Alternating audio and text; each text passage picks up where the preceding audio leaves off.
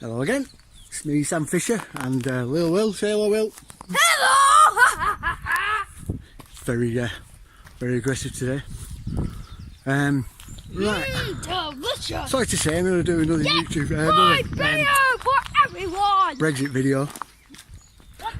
I know it's not been that long since I did the last one, but this one, I think well, really I need to. There's been so much happening since the last one that I thought I best get this off my chest. You get what I mean? So here we are. Right. So far, Theresa May has decided that April 12th isn't good enough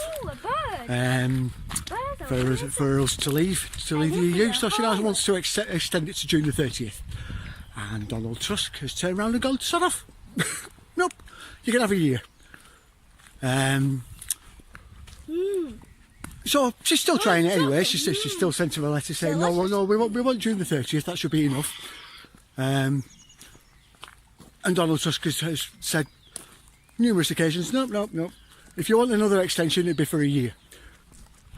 Now,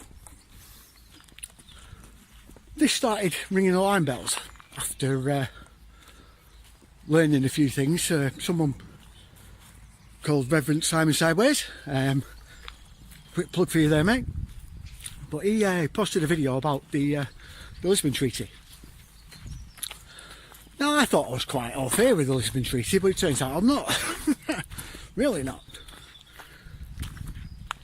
Basically, Reverend Simon Sideways had he'd obtained a copy of it that was basically put into plain English and not lawyer speak. What? We can't see our houses! No, we can't see our houses, no, because it's a lot of wood. Didn't I tell ya? Well, anyway, so yeah, he put it into plain English. Now, it turns out that in 2020, we have to relinquish all sovereignty to the EU. Basically, the Lisbon Treaty kicks into full effect then.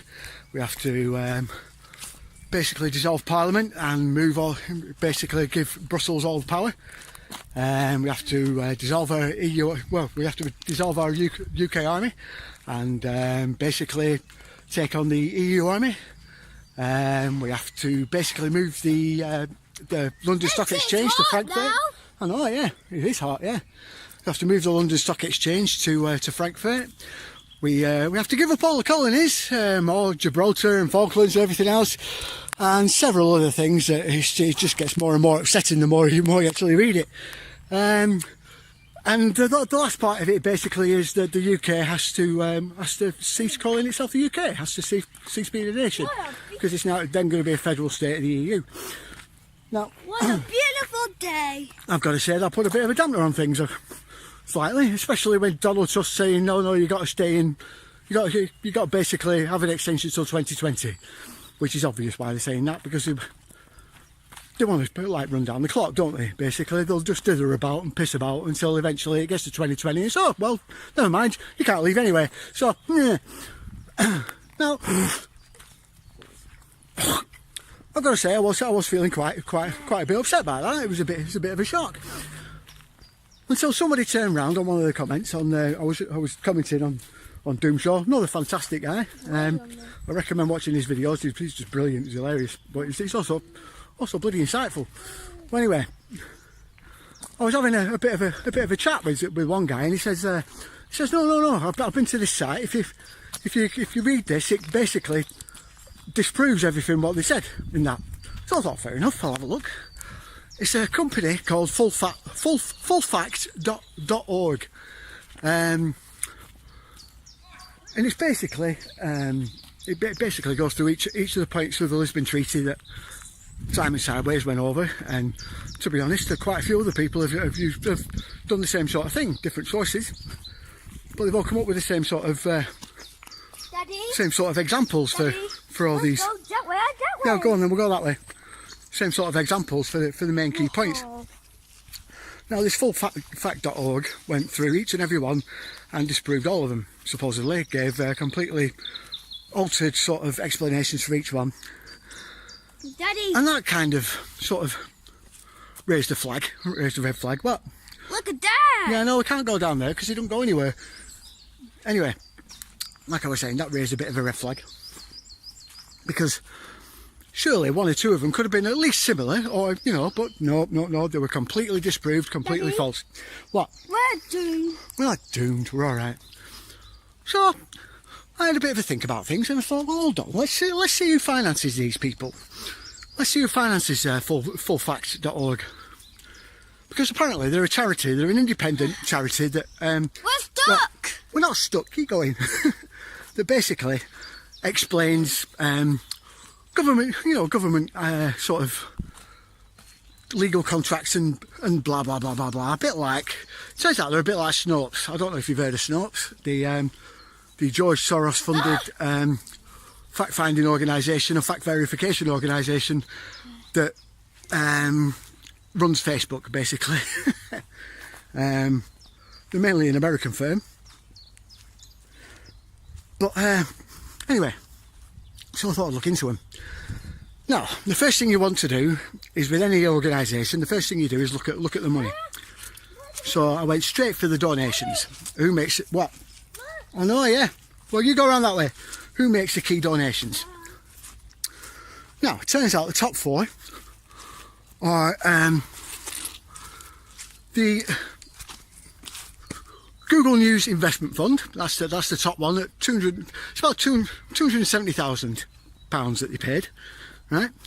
They also do a automated fact verification service for I know, yeah, for a third-party fact verification service for this fullfact.org. So they basically verify all the facts that their fact verifiers have basically verified for them, if you get what I mean. It's a bit confusing, I know.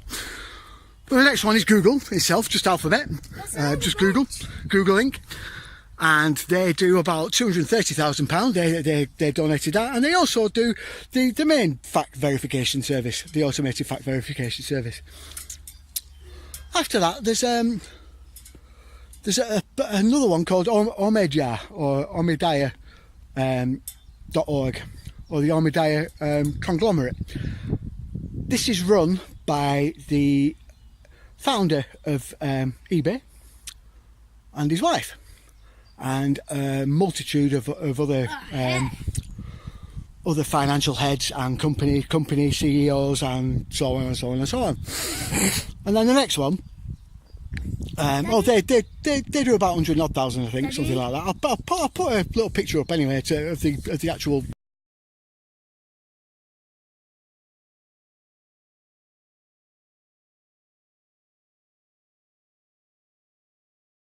site's page. What? Can we go down there? No, it's a bit of a bog down there, lad. You'll end up with wet feet. Should have brought your wellies, really. Anyway, so yeah, they do about 100,000, and then next is, lo and behold, Open Society. They also do a fact verification service for Fullfact. So they basically verify all the facts that Fullfact publish to the page.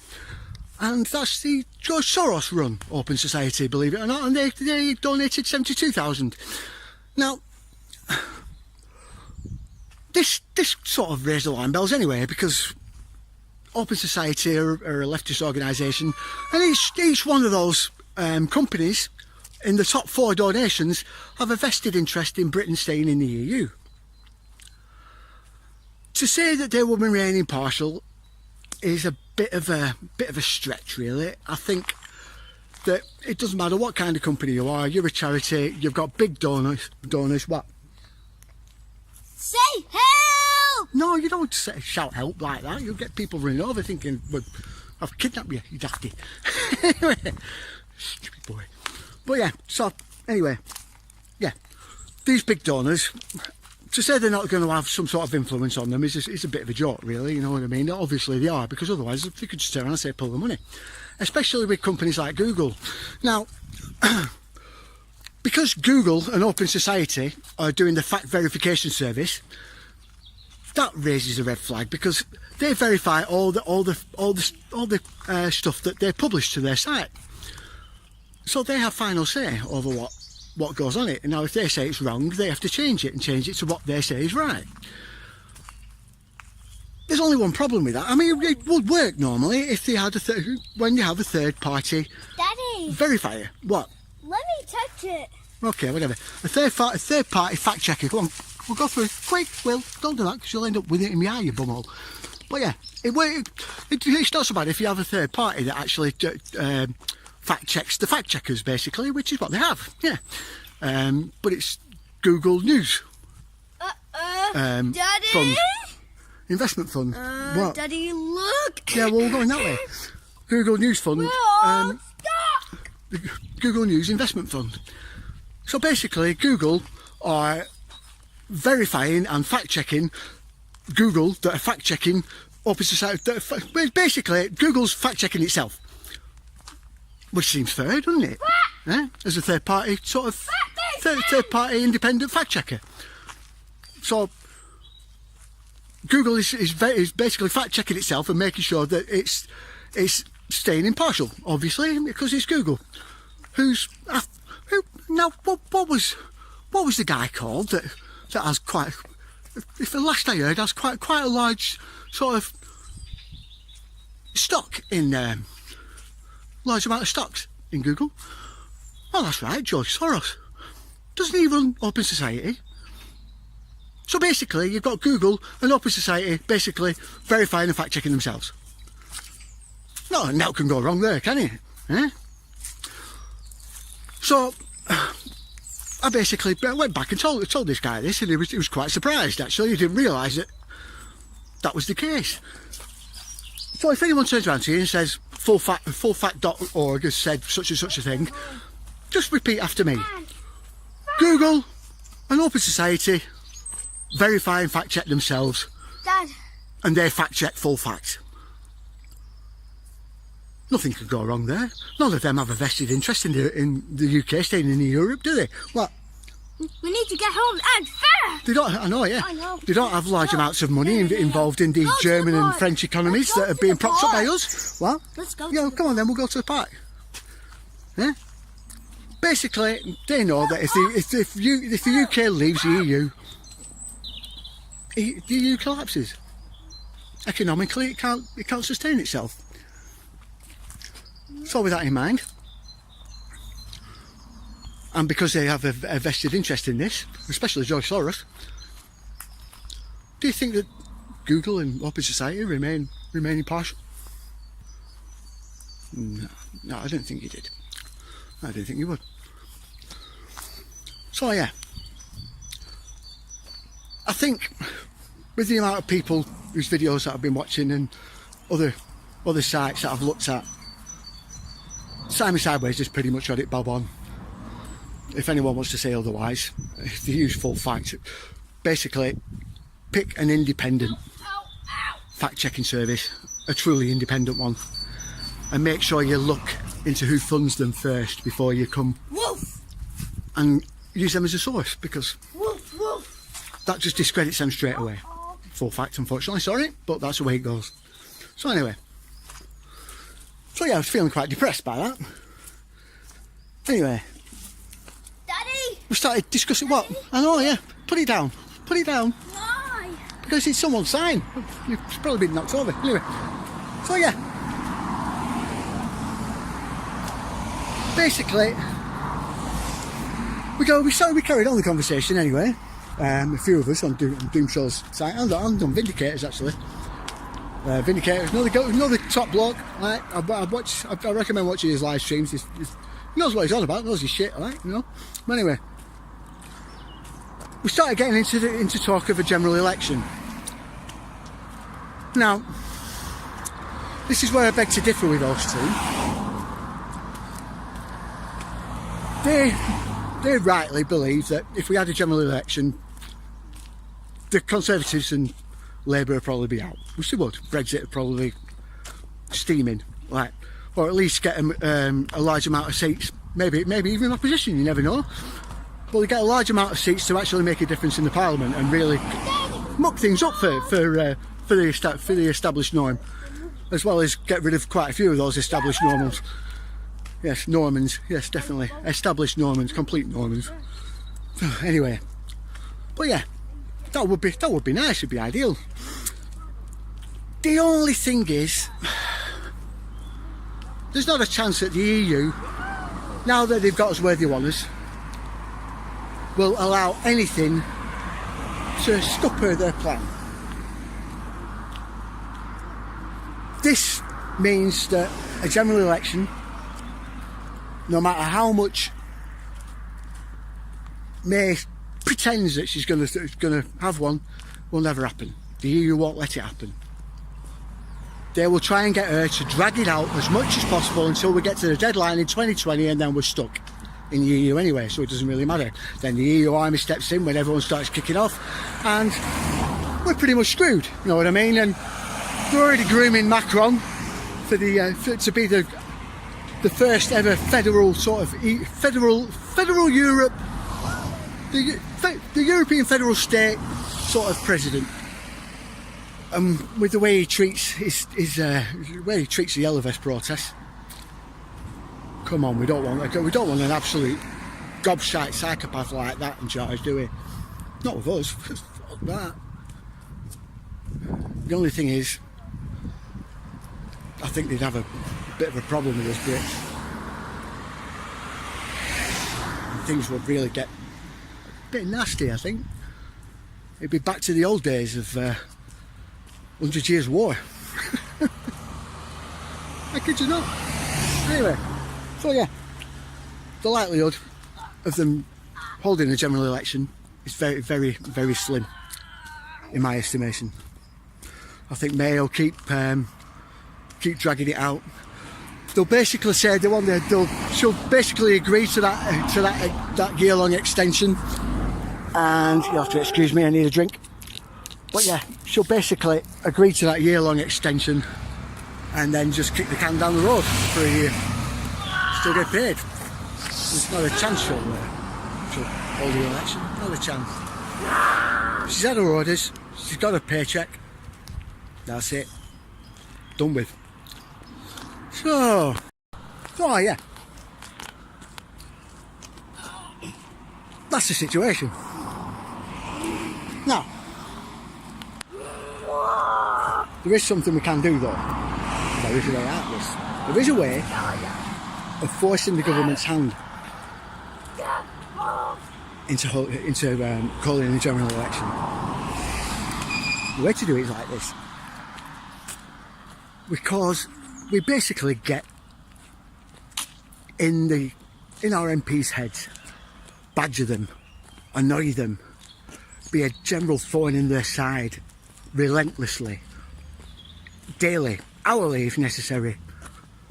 Because eventually, when we kick up enough of a fuss and make enough noise, not in a violent way, but in a noisy, very noisy, annoyed way, you know what I mean? Eventually, the mainstream media is going to have no choice but to have to cover it, because people will be going, well, why are they not saying anything about it? Why are they not saying it? Because they're having to do they're having to do the same with the Yellow Vest protests at the moment, and they've tried desperately to avoid the subject, but you get channels like RT. Will, calm down. They keep covering it. Yeah?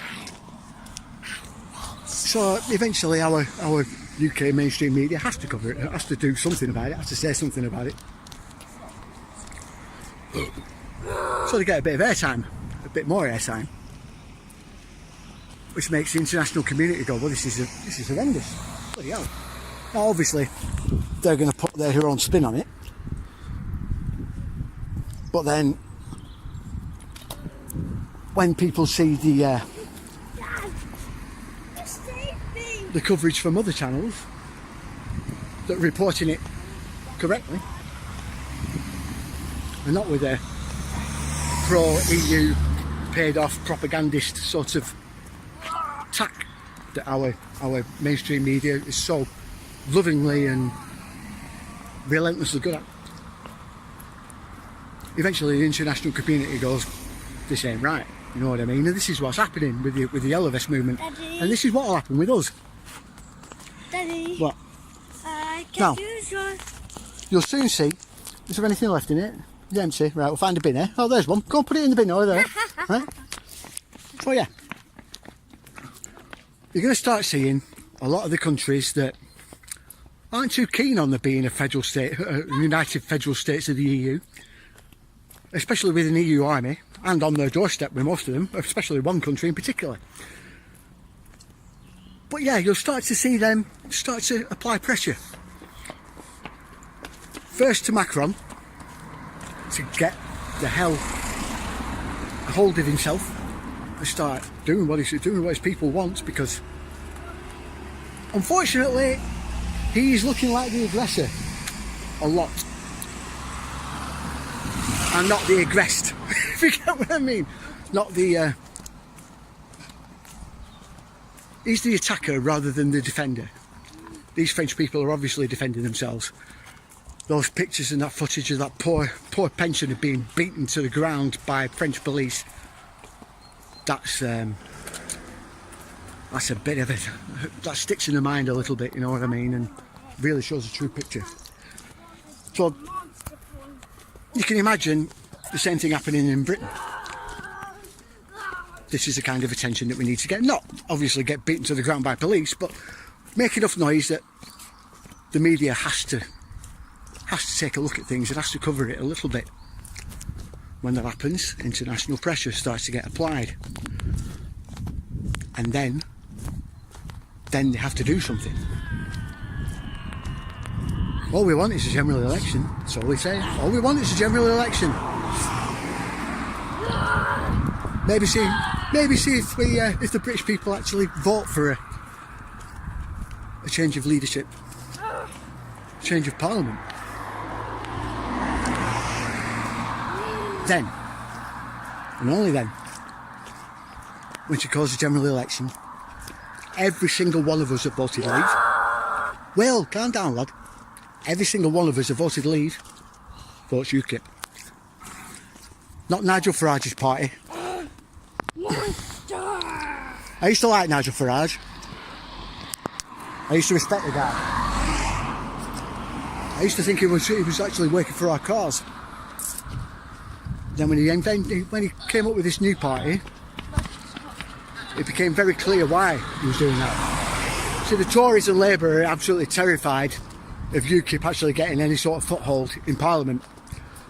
Farage is there to split the vote. If I'm wrong, Nigel, if I'm wrong, Mr Farage, hope you don't mind me calling you Nigel. I'm going to call you Nigel anyway. You don't deserve the respect of Mr yet. What? Oh no! Ah, whoa, run away! Run away! But yeah, if you really do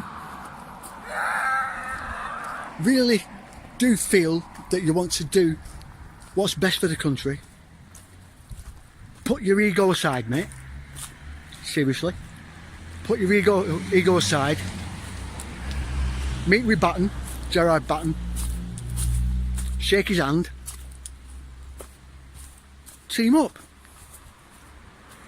You left UKIP, Nigel. I know you want to. I know you feel you must be in charge. And your ego just will only allow you to do that. But you need to put your ego aside, mate. If you truly do want to do what's best for the country, admit that Gerard's in charge of UKIP. Team up. Maybe say you'll be deputy leader. Maybe say you'll be Chancellor of the Exchequer if he becomes PM, you know what I mean? Hey, still just as good. I mean, remember Gordon Brown and Tony Blair? Tony King, I'm all smiles, Blair. Yeah? Contrary to popular belief, it was all Gordon Brown. All Tony Blair was a front man. He was just good, he was good with the people, whereas Gordon Brown wasn't, but he knew how to make policy. Knew how to schmooze with, well, kind of schmooze with the other MPs and sell out the country as well. He was good at that. Anyway, I digress. So yeah, Nigel, if you truly do feel you want to do the best for the country, team up with Gerard. Forget this new Brexit party. Team up with UKIP. And the pair of you campaigning, boomf, as a team will absolutely barnstorm the place, I'm telling you. It's what we need, mate. Please, don't split the vote. Don't screw things up, because that's what you're going to do. You're going to ensure that at least there's still Tories and Labour in there that can do damage. Team up. There's a lot less chance of that happening. Anyway. So yeah, there's all that. But there's another thing. Daddy! What? Take me back to normal! Right, calm down, mister. Right. Now, I don't know if you remember from my last video when I told you that basically what Theresa May did with taking no deal off the table was illegal. It was also What happened? illegal for her to... What happened? What? I turned into a monster. Okay, you turned into a monster, fair enough. So yeah, I don't know what monster, but you know. Legally, we were meant to leave on March the 29th. All of them in Parliament at the minute are breaking the law. They are all now classed legally as traitors. There is a guy whose name escapes me at the moment. He's put in a case to the High Court, basically stating that exact fact, that that legally we are no longer part of the EU. By law, we're no longer part of the EU. What did you do? I didn't do anything. We're going to move on. It's quite muddy and very thin, these planks. Anyway, so yeah. Now, of course, there's very little coverage of it in the mainstream media, if at all, I don't think, actually. And to be honest, depending on what judge we get, I don't think that we'll get a fair do. Daddy, don't punch me! Not unless people get behind it. So we need to spread the word that this is happening. because if they know we're watching, this time they can't rig anything. You see, People's Challenge, that it was supposedly fronted by this woman whose name I can't bloody remember off the top of my head. When they got the High Court to basically rule that... What? Oh no! When they got the High Court... Well, calm down. When they got the High Court to rule that Parliament basically took control of Article 50, that was actually presided over by the ex-family lawyer of the Rothschild family, the Rothschild banking family, who, if memory serves, and don't get me wrong, have a pretty plumbing sort of quite a vested interest in the UK staying in the EU. So they're not really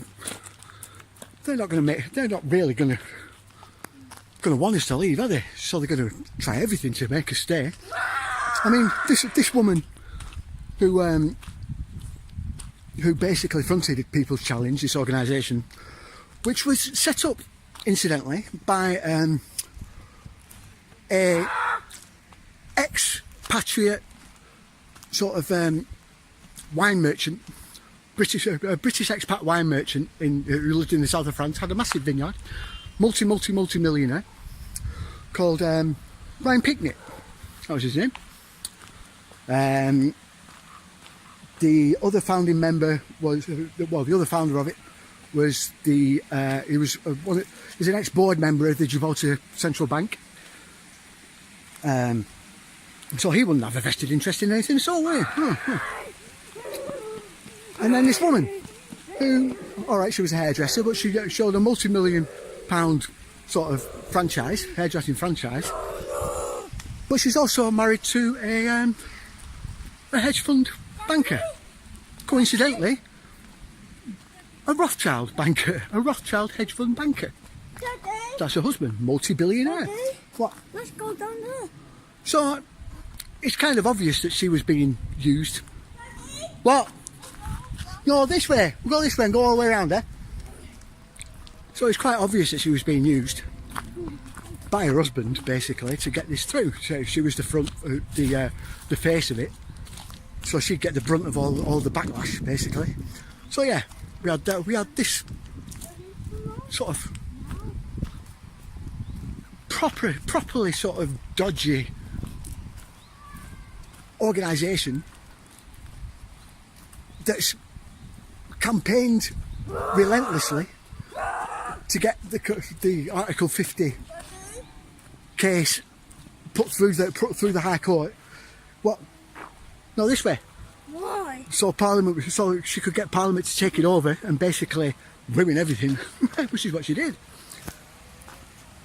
And it was presided over by basically the ex-lawyer of the Rothschild family, who was the judge. You can't stitch anyone up more than that, really, can you? Huh? Where are you going, you? This way. Bum all. Oh yeah. But that's because no one was paying attention. No one was looking. Now, a lot of people are looking, everyone's watching. The more we make them realise that we're watching and looking into things and looking into people, the people that are basically judges, lawyers, everyone that's involved with this now, right? This court case could do it for us, it really could. Because the High Court, if we get a High Court ruling that we've left, that's it, boom, they can't do anything, Parliament. And if they do, a lot of them can be done for treason. I mean, they can be done for treason now anyway. None of them are working for the people, they're all working for a foreign power. Last time I heard that was treason. So yeah. So everyone needs to pay attention to this court case.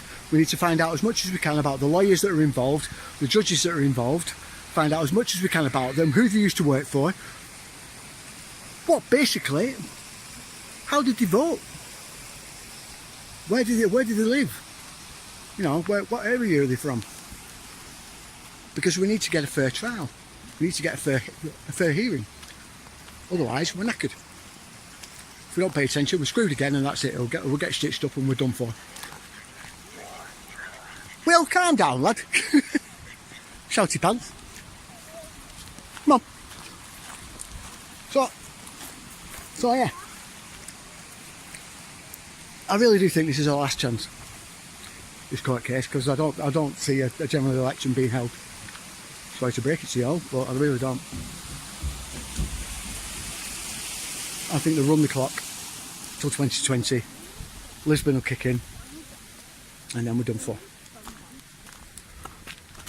And all you Remainers will suddenly, very brutally realise, Will, calm down! Plummy neck! All you Remainers will suddenly realise what the hell you've done. By then it'll be too late. Anyway, there we are. So, I think we've covered enough. Not a lot more I can say about on the matter really, apart from any Remainers on the fence. I bet you're not on the fence anymore, are you? Everything I've said, like I always say, can be found on the internet with a couple of clicks. Not even much digging. I mean, it didn't take me very long to find out who funded Fullfact. To be honest, that took me about 2 minutes.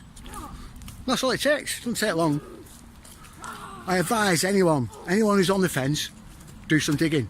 Have a look on the internet. See what these people are that are running the EU. You'll be amazed at what we're handing over control to.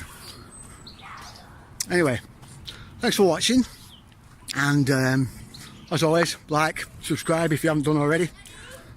Please comment, give me some feedback, please. I feel all lonely doing this, and I'll see you later. Bye.